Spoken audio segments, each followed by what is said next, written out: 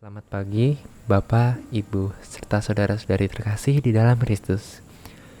Marilah kita menyiapkan hati, kita siapkan hati untuk mendengarkan sabda Tuhan yang akan kita dengarkan pada saat ini dan di sini. Dalam nama Bapa dan Putra dan Roh Kudus. Amin. Bacaan pertama. Tuhan membawa Hawa kepada Adam, dan keduanya menjadi satu daging.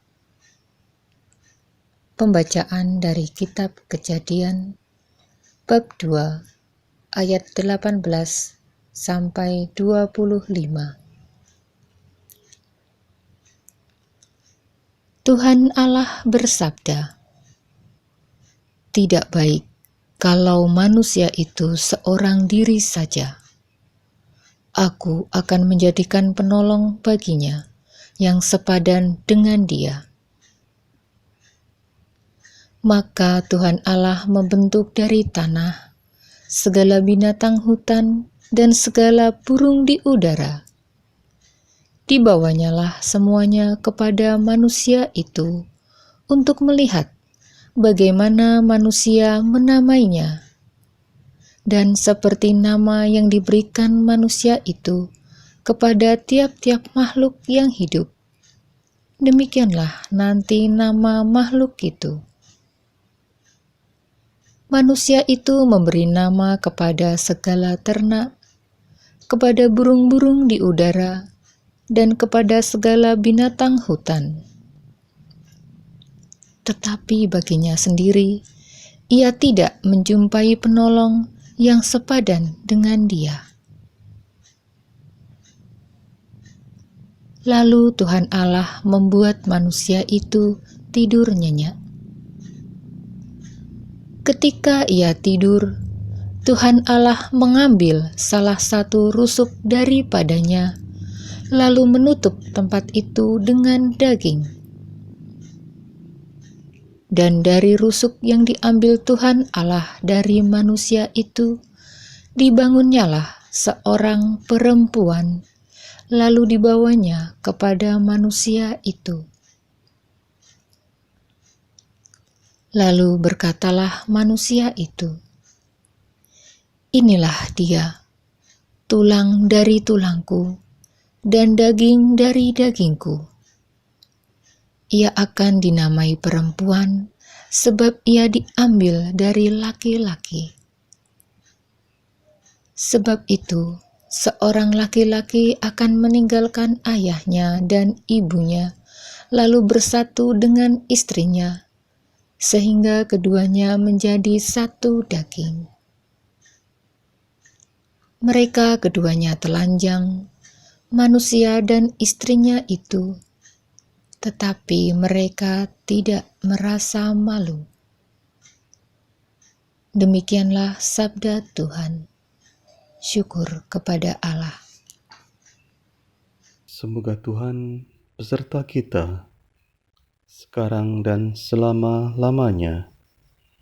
Inilah Injil Yesus Kristus menurut Markus bab 7 ayat 24 sampai dengan 30.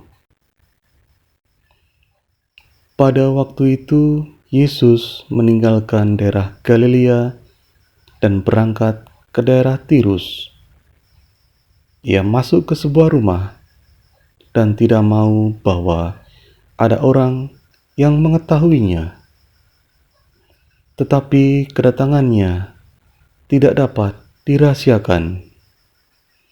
Malah di situ ada seorang ibu yang anak perempuannya kerasukan roh jahat.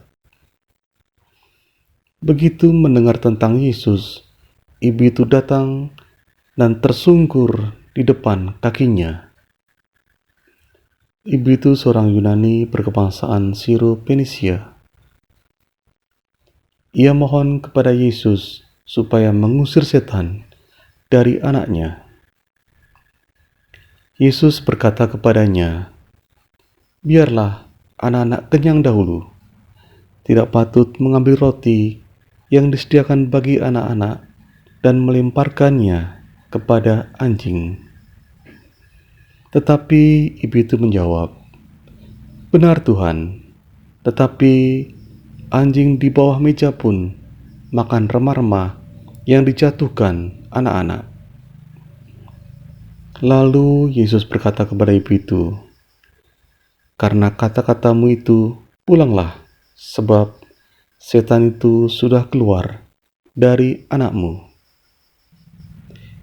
Ibu itu pulang ke rumah dan mendapati anaknya terbaring di tempat tidur, sedang setan itu sudah keluar. Demikianlah Injil Tuhan.